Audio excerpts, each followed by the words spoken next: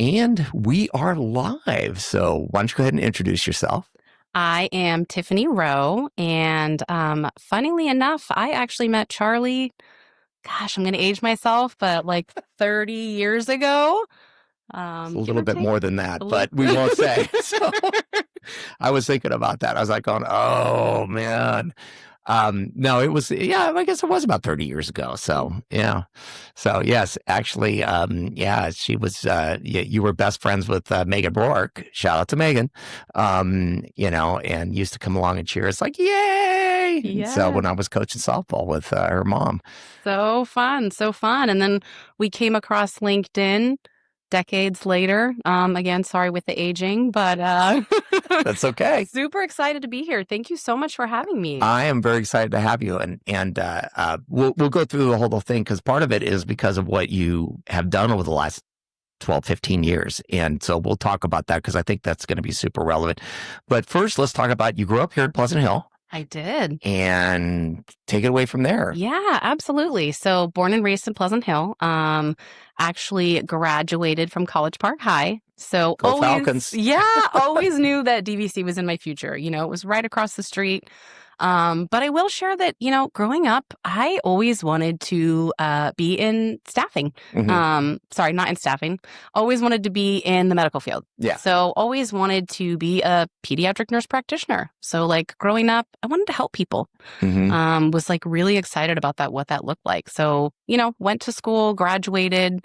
And then I took some classes at DVC, really just, kind of the basics, English, did a fun kickboxing class. Oh, really? Okay. Yeah, Okay. had some fun there. And then, I knew I didn't have the opportunity to go to a 4-year college. It's not something I could afford or my parents could afford. And so I was okay with that. I knew that, the nursing is where I wanted to be. And so after a few classes at DVC, I went out to study for medical assisting.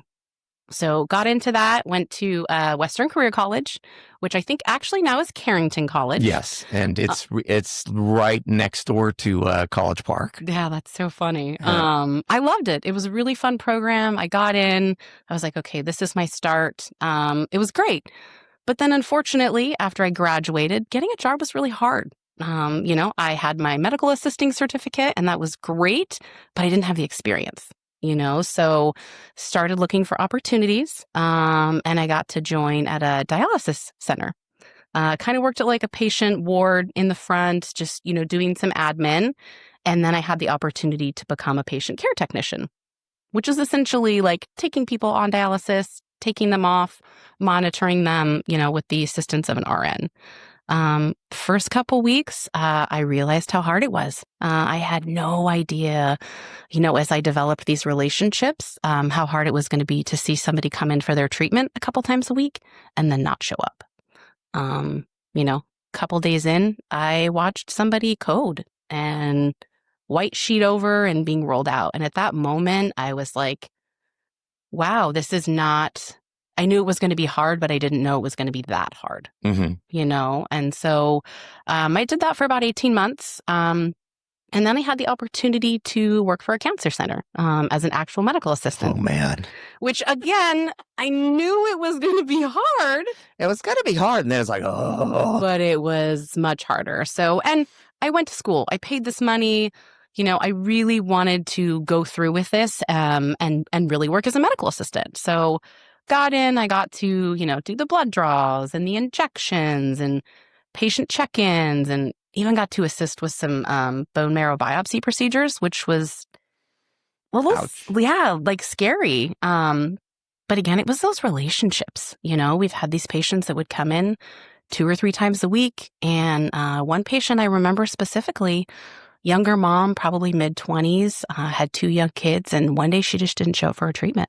Oh, man. And that was the moment that I said, this is not for me. Every loss was a personal loss for me. And I couldn't do that. It wasn't the joy of helping people that I wanted. I had this mentality of like, I want to help people. And how do I leave them better than I found them? Mm-hmm. And I felt kind of helpless. Like, how am I helping people? It was just too hard. John Madden, this will sound like a strange story, but it's similar. It's like he's quit coaching because for him, it wasn't about the winning anymore because he loved winning. Everybody loves winning, right? For him, he just couldn't deal with the loss anymore. You lose a game, and this is, losing a game is just losing a game. It's not like losing a friend, that's essentially what you were doing. But yeah, for him, it was just, he could not cope with losing anymore. So he says, I just can't do this. No, and I think it was really hard for me because my whole life, this is what I wanted to do. I know I said staffing. That was just me being nervous talking. But my whole life, I wanted to be in the medical field. I wanted to be a nurse. I wanted to make a difference. So I was in this place where I'm like, paid this money my own. I did this. I went to school. This is what I wanted to do. What now? Now I have to change careers. Now I have to change focuses. What does that look like? So took a little bit of time off, did some admin work, and then I kind of fell into staffing. How did you do that? Really funny story. Thank you to my stepmom, who actually knew somebody that was looking for somebody to work at a front desk for a staffing company. And so I still wasn't sure at that point what I wanted to do. So I took the job working at the front office, checking candidates in, doing payroll, kind of got the opportunity to start working as a staffing consultant. So interviewing people and helping them get prepared for their interviews with our clients, sending them out to jobs. And then I would say it really hit me about a year into staffing. I had found a role for a candidate, and they had come back to me 2 days later and brought me flowers and brought me some cupcakes. Very sweet gesture, but I said, you didn't have to do this. I'm so happy for you. The client says you're doing great. We're so excited. And they looked at me and they said, thank you for taking a chance and for giving me this opportunity. Not only did you help me find a role and my next career, but you helped me put food on my table. And in that moment, I was like, yes, this is it. This is the impact that I can make. This is, helping better people, helping make a change, different from what I imagined myself doing, but still so impactful. And I can remember that, like it was yesterday. And so that was the moment that I was like, okay, this is for me. And so here I am 15 years later, still in staffing. And I've stayed because I love that. Yeah. So you really had this. So for you, it was not so much the being a nurse. It was more about you love helping people. And so because usually we find that itch to scratch, we go, oh, it must be nursing, or it must be being a doctor. And you really had to find out that there's a hard side to everything. Absolutely. And I mean, to your point, it was the helping people. I've always been the nurturer. I worked in daycares and preschools, throughout high school, always loved kids. And so I was like, kids and helping people, pediatric nurse practitioner, it was a puzzle. It seemed to fit so well together. But again, I found staffing, and I did not grow up saying I want to be in staffing. Regardless of what I said earlier, it happened. And I'm so glad that it did, because I have worked for some amazing companies and had some great leadership. And I'm really grateful to be where I am today because of those opportunities. That's outstanding. So let's talk a little bit about that kind of journey through because you started off with the staffing agency, and that was Express Employment, I think. Express Employment, yes. Yeah. And actually, I know Shelly, I think, is the owner. So yes. She's fantastic. Absolutely. So yeah, if you're looking for a temp service, shout out to Shelly and Express Employment. So you started there, and you got the bug, you figured out this is going to be my happy place. And so talk us through the rest of your journey as you went through that. Yeah, absolutely. So I started with Express, and then I went on to Select Staffing, which is where I spent a big chunk of my career. So came in as a personnel supervisor, which is recruiter. They call them all different kinds of things. It was just me and my boss, Kai. It was a really small branch. We worked together, started to grow the team. Then I had the opportunity and was promoted to branch manager. Oh. And then again to area manager. So super fun. First year as branch manager, I had an amazing team, and we grew our branch 120% year over year, which oh my was goodness. Amazing. 3 years of President's Club in a row. We just had an amazing team. I was there for almost 7 years. absolutely loved it. But I had great leadership. And in order for me to move, they had to move. And so it was one of those things where, my boss and his boss both knew that, like, unless they left, there wasn't that next opportunity. And so I made a really hard decision to move and to go on to another opportunity with Volt, which was very different. I supported my leader, Joan, who was a VP, and we had about 12 offices across 7 states. So very different. So it was really cool because I've always been in California. So learning all of these labor laws and how different everything is in different states.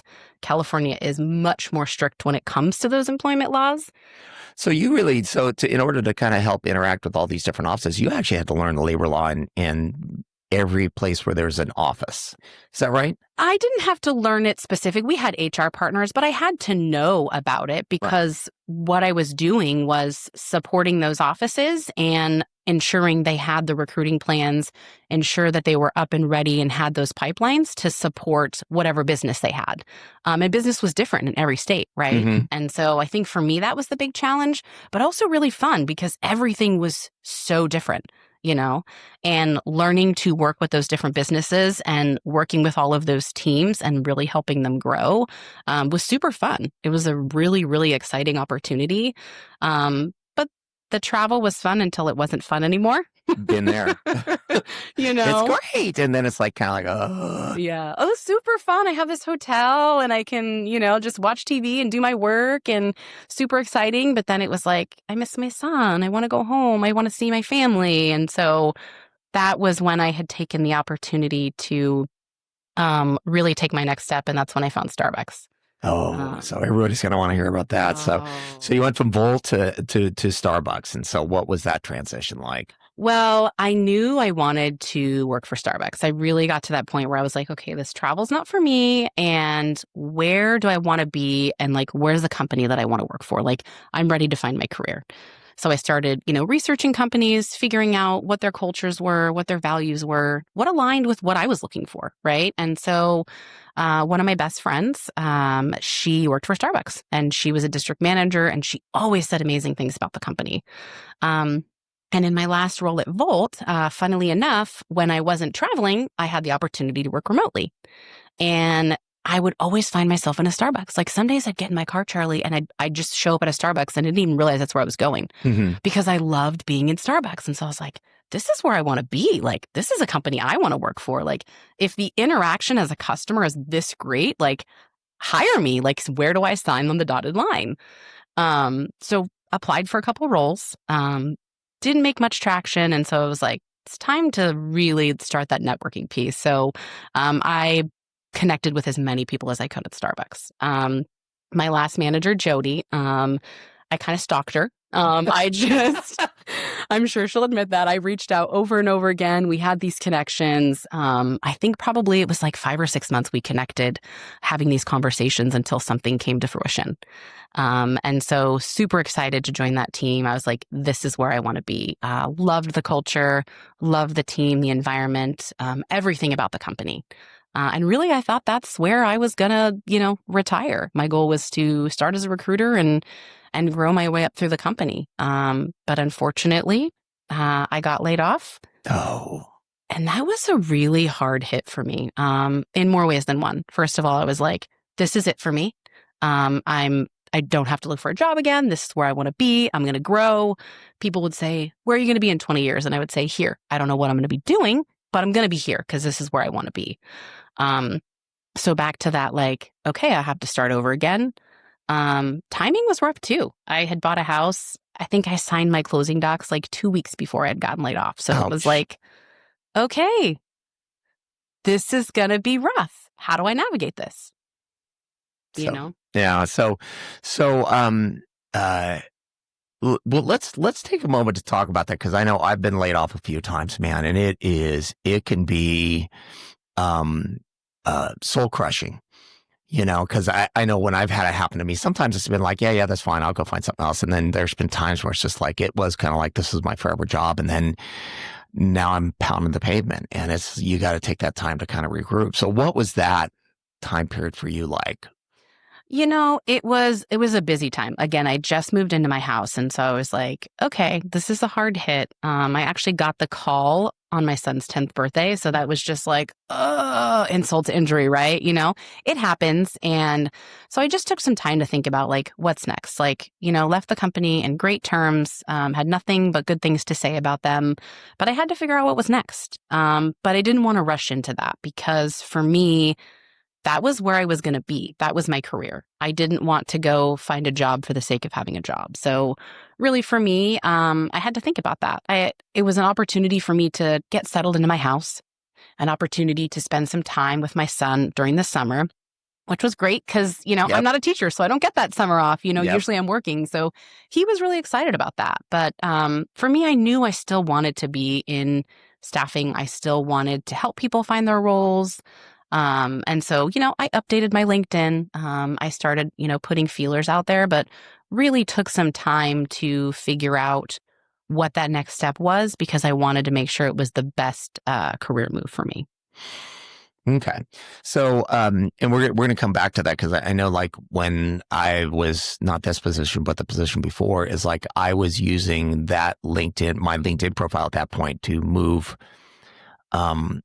that particular career forward, but it wasn't like something to move me forward. Mm-hmm. And that when I left that company, it was like one of those things like, oh, okay. I basically had neglected my LinkedIn for what I really needed to be using it for. So, but we'll get back to that in a minute. So then you decided, okay, now it's time to kind of get things going, and you've had a busy fall. I have. So spent the summer with my son. Unfortunately, kind of as summer was closing out, my mother got sick. And then shortly after, my brother was involved in a serious mountain biking accident and broke his neck. Very grateful he was okay, not paralyzed, anything like that. But that was like okay, this is going on a pause again, and I need to take this time to be with my family. My mom passed away in December. And so that was, a very hard time for me. It was the holidays. Mm-hmm. And so I took that time to be with my family. My mom was in Portland when she was sick. My brother and sister are both in Portland. So for me, it was just about spending that time with family, and taking that time to be with them, during a time that was difficult. Yeah. Not just emotionally, financially, like all of the things, right? Everything that I was experiencing was kind of just coming together. And I had to take a moment to say, okay, what's next? And how do I navigate this? Because it was a lot of challenges, like all in one space. And so really spent that time with my family. And then come first of the year, I was like, okay, now we're in this place where things aren't as slow. November, December, you don't see a lot of hires. Nobody's going to talk to you. Yeah. And so like, I know that it's like here at the college, it's like everything stops. And I know back in the days when you're looking for work, anything after October 31st, October's a little dicey. Anything after that, nobody's going to hire you. It's like, hey, give us a call in January, Yeah. But that didn't mean that I couldn't put the work in, right? Mm-hmm. So to your point about the LinkedIn, it was like I had to start making those changes, making those connections, doing those introductions. But really, I would say January is where I hit it really hard as far as what am I going to do differently? There are so many jobs out there to apply for, but there are 10 times, 100 times as candidates. And so it's like, how do you set yourself apart? So we're gonna now move on to that section because I think this is really important. This is part of the reason I was so excited about having you come in here. Is I wanted to talk a little bit about kind of because you've been on both sides mm-hmm. of the I'm looking for a job. Right. You're looking for a candidate, and then you're looking for a job. So when you were a recruiter, did you use LinkedIn a lot, or how did you? Absolutely. So definitely on LinkedIn, connecting with candidates. We set up pipelines, use LinkedIn Recruiter, connecting with candidates. And so I know how important that is. But I also know the amount of in-mail that you get, right? Yes. There, especially working for a name like Starbucks, right? There were constantly candidates reaching out saying, hey, I want to work for Starbucks. Hey, I want to work for Starbucks. And so we had a process, and I would share with them what that looked like, so that they understood what that process looks like. I can't give you the name of a hiring manager and send you through. But I can encourage you to search on LinkedIn and connect with people and apply and send those messages, because that's how I got my opportunity at Starbucks. Right. And so knowing that, like, as I go in, I'm like, oh man. And it's so funny because I've been doing this for 15 years and I was like, okay, my resume is great. And I was like, but is it? Like, I've been doing this. And so I'm like, what am I not seeing that somebody else could be seeing? Because I'm so used to doing it for other people, but doing it for myself, I was like, I can't do this. Like, so it was just interesting to be in the other seat when I've been on the other side of it for so long. So what are some tips that somebody could do with like their LinkedIn or their opportunity to kind of like maybe stand out a little bit or at least get noticed? I mean, what are some things that, I'm reaching out to a recruiter. Yes, there's a process, but what could make me maybe slightly more likely to have somebody at least pick up the phone, or I don't know if anybody even does that anymore, but shoot an email or an in-mail? Absolutely. I would say, like, take a good hard look at your LinkedIn. Like, is your profile updated? Is your picture 10 years ago? Is your headline recent? Really go in there, figure out what it is that you want to do, highlight those skills, and put that on your LinkedIn. Make sure your work experience is in there. Make sure that if you have done some work recently and you can get some recommendations, that's something I worked on recently. Get recommendations. People are looking at your LinkedIn, and that's a really good way to set yourself apart, is ensuring that that's updated. Because if you connect with someone, the first thing that they're going to go do is look at your profile, and they're going to say, okay, this profile doesn't look very accurate. Maybe you haven't posted in 4 years. How are you setting yourself apart and branding? So one of the things, and I said this in the email, in the in-mail that I sent you, is it was something you post. You post a couple times a week, I think 2-3 times a week, but you're posting, like one of it, I think the one that caught my eye was one that you had taken what somebody else had written and then written a commentary on it. I was like, oh, and then I started looking at your other stuff. So again, it was that caught my eye. And talk just for a minute about that, because it's like, otherwise it's like, hey, glad to be here, congratulations, all that stuff. All that stuff is great. But I think having some sort of something to say is probably... Absolutely. How are you creating value, right? So what are you sharing that other people in your network are looking at, whether it's a candidate or a hiring manager? Because if you look, everybody that you're linked in with, they can see when you comment. So if you comment on something of mine and you're connected with 17 hiring managers, they're going to see that and they're going to look at that comment. So how are you interacting and sharing advice? Like, think about something that you've done in your career that's been impactful. How can you share that with your LinkedIn network? How can you congratulate someone on a job? Because at the end of the day, it's those relationships and that networking that's going to set you apart. If you're one of 300 applicants that just applied for a role on LinkedIn and you're connected with that manager and they've seen that you've been active on LinkedIn. Hey, I know that name. I know that name. Wait, Charlie, he posted that article about how to be proactive in LinkedIn. He shared some really good tips on how to apply for a job or how to set myself apart in an interview. Like, that's how you stand out. Well, mine would be what we have clubs here at DVC, and one of my favorite clubs, and I tell everybody about it, is the Cheese Club. And everybody laughs and it's fun. But the thing that's amazing to me is these guys started it kind of on a lark. They're super organized about it. They have it very well set up, and they're building something that they want to be a legacy, to where it's like it continues on beyond. They didn't do it just because they need it for their resume. But again, it's fun, and it's probably the most somebody's going to give you a bad time about this, but it's probably the most popular club here on the campus. And I think that's one of the things. I was talking to Josh, the guy who started it, him and another gentleman who's, this is going to kill me, but and that my thing is put that on your resume, put that on your LinkedIn, because that stuff matters, because it shows leadership and it shows, you're able to plan something and make something happen. So, we may have you do like a LinkedIn workshop for our folks. So that could be a fun thing. So you went from, this is the side that you use LinkedIn on, and now you're on the other side. And talk about that process a little bit. So you talked about your resume, and you're like, is this really good? So what did you do to address that? I had looked at some resources, and I just had somebody take a look at it and say, hey, is there something that you're seeing that I'm not? And just made a few changes. And then from there, it was really about the networking piece because I know how many emails I would get working for Starbucks. And so I knew that these hiring managers are getting the same amount. And so for me, it was like I would apply for a job. I would follow up with a hiring manager. But on top of that, I spend probably 4 or 5 hours a day networking, whether that's sending emails, researching companies, sending cover letters, and then sending out these emails to these companies that I want to work for. So doing a lot of research. Where do I want to be? Connecting with those managers.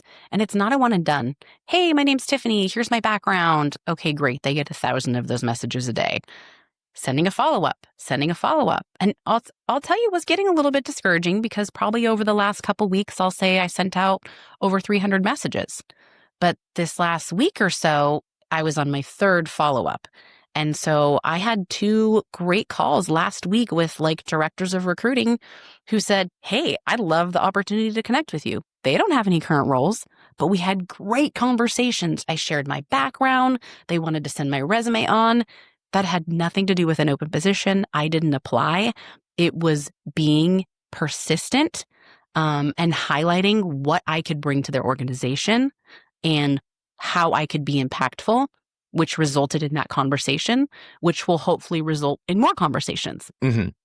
So I'm a big believer in networking. I think it is a golden art, and there's a certain amount of science to it, but it's just most of it is just you got to be persistent.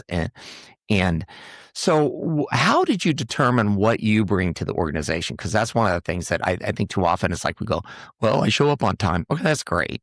That's a good start, but tell us, what process did you go through to kind of like go, okay, what are my skill sets that I'm going to bring that's going to make you want to hire me? Absolutely. So I look at my resume, right? And I'm like, okay, I'm going on 15 years this year that I've been in staffing. So what I did was I said, okay, here's my 15 years. What are some of the things that I've accomplished? What are some of those highlights? Because again, you send an email, a message, it's really long. You don't want people to get lost in that first couple sentences. So finding some of those key pieces. And then I was really, really, when I was looking at the people that I was connecting with, I was being super mindful of the people that I was connecting with. So I was connecting with directors of recruiting, VPs of recruiting, looking at those companies and knowing what they were looking for. And that's what I was sharing. I was sharing with them my expertise as it relates to what they're doing as an organization to ensure that they're looking at this, right? It's like you're looking on a menu and you're like, what do I want? And they're like, that's what I want. And wait, she has that? When? And so I think those are the connections that I've made where those managers have reached back out to me like, hey, love your skill set, not hiring now, but send me your resume, or hey, reach out to this person. I think that's absolutely brilliant. So if someone was starting out, let's imagine for a moment, it's like, I've never, I'm just getting out of school. I've done the year up program or something like that. I have my no experience. You went down that road before. Where would be a good place to start? It's like you want to get your foot in the door. I mean, how would you attract some attention at that point? I would say think about where you want to be, right? So really start with that basics of your LinkedIn profile. Go ahead and update your headline. Make sure that it's catchy. Make sure you have any experience. So whether that's maybe you volunteered somewhere, that's relevant.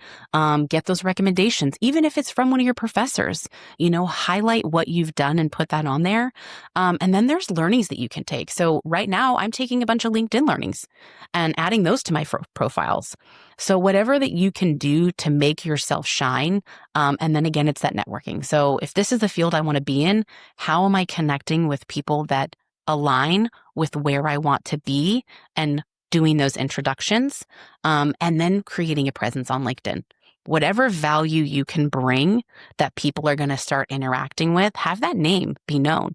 I recently started doing Motivation Monday and Fun Fact Friday and, like hashtag Tiffany Talks, which at first I was like, I don't know how I feel about that's that. Pretty good.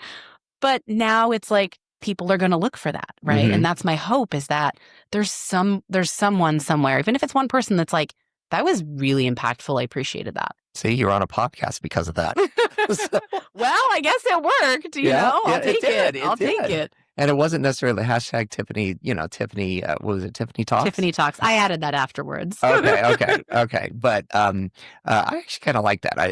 It's short. Well, the biggest problem I think with people when they tag stuff or they brand stuff is they make it too long because they try to tell the whole story in it rather than just catching your attention. It's kind of like my wife has a pen set that she uses. She does coloring and stuff like that, and there's all these colors in there. They're all pretty, but they all got different names. And it's like, I don't know, this is red and that's also red and it's kind of a different red. And so I'm more the give it a simple thing and give it a simple tagline. So I think that's brilliant. So are there any other things that you'd like to pass along? I've got a kind of like a whole thought process on things that we're going to have you set up to do. But so what are maybe one or two other tips maybe somebody could have if they're out there?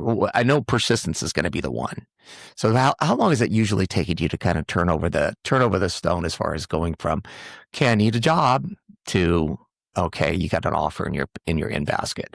It's really hard to put a time frame on that. I think there's so many different variables when you look at that, right? What is your industry? What's the unemployment rate? And like how many people are looking in your field? Right now, I'm in talent acquisition, and a lot of the roles are remote, okay? Who doesn't want a remote role, right? So that's a lot harder to find than somebody who could be in a different field. So again, it's really hard to put a time frame on that, but I would say don't put all your eggs in one basket. Okay. When I had first started looking, I had a couple conversations and I got really excited about it and I let my foot off the gas a little bit. And that was a poor choice on my part because I was like, these are great conversations. I'm really excited. Whereas I should have continued to push myself along. And not just use one resource. LinkedIn is great, but there are so many other resources out there. There's a platform called Welcome to the Jungle. Oh. I know. I had recently heard about it. My cousin had told me about it. Indeed, ZipRecruiter, like local colleges. There are so many things that you can do. And also, there are so many companies that don't post on LinkedIn. So like my suggestion is, what do you want to do and where do you want to work? Find your top 10 companies, set up career alerts. Because those are the companies that you're not going to have hundreds and hundreds of people applying. If you go on LinkedIn and see easy apply, sometimes I'll go on there and I'm just curious. The position was posted 40 minutes ago and there's already over 100 applicants because it's easy. They push a button. So like, it's not going to be easy to find your role. That's not to say don't apply for those roles, but you have to spread yourself all over different channels in order to get that next step. And don't get discouraged. I get it. This has been so hard for me. This is the first time I've ever been laid off in my career. And so it's been like, okay, I'm on the other side and this is different. And I know what those recruiters are looking for because I've been in that seat. So how do I do things differently? But it's not one thing. I can't tell you it's one thing. It's all of the things combined. It's that personal branding. It's different resources. It's connecting and not letting off the gas just because you had a good conversation. Like make sure that you're interviewing the company just like they're interviewing you. And there are so many resources out there around tips to interview and how to fix your resume. And so really ensuring that people understand what those resources are, because you don't have to go spend a bunch of money. There's a lot of resources at your fingertips that can help you to be successful and taking that next step. Well, and one of them is actually here at DVC. If you have taken one class, you're a DVC alum. And so you then are qualified for career services, which they'll help you with cover letters, with resume tips, with mock interviews, with all sorts of things. And so, yes, I mean, you're probably a little further along than a lot of people, but there are a tremendous number of resources here at DVC and at most colleges. They have especially in the Contra Costa Community College District. Well, cool. Well, this has been really exciting. I'm going to talk you into being in our speakers bureau, and I think that'll be a lot of fun. And I'm going to let Miriam know also that you could be available because I think she would love you. I think her students would love your talk. So, and with that, I think we're going to wrap it up. Awesome. Thank you so much for having me today, Charlie. I really appreciate it. It was a pleasure. Absolutely. Thanks for coming in and braving the rain. All right. Thank you.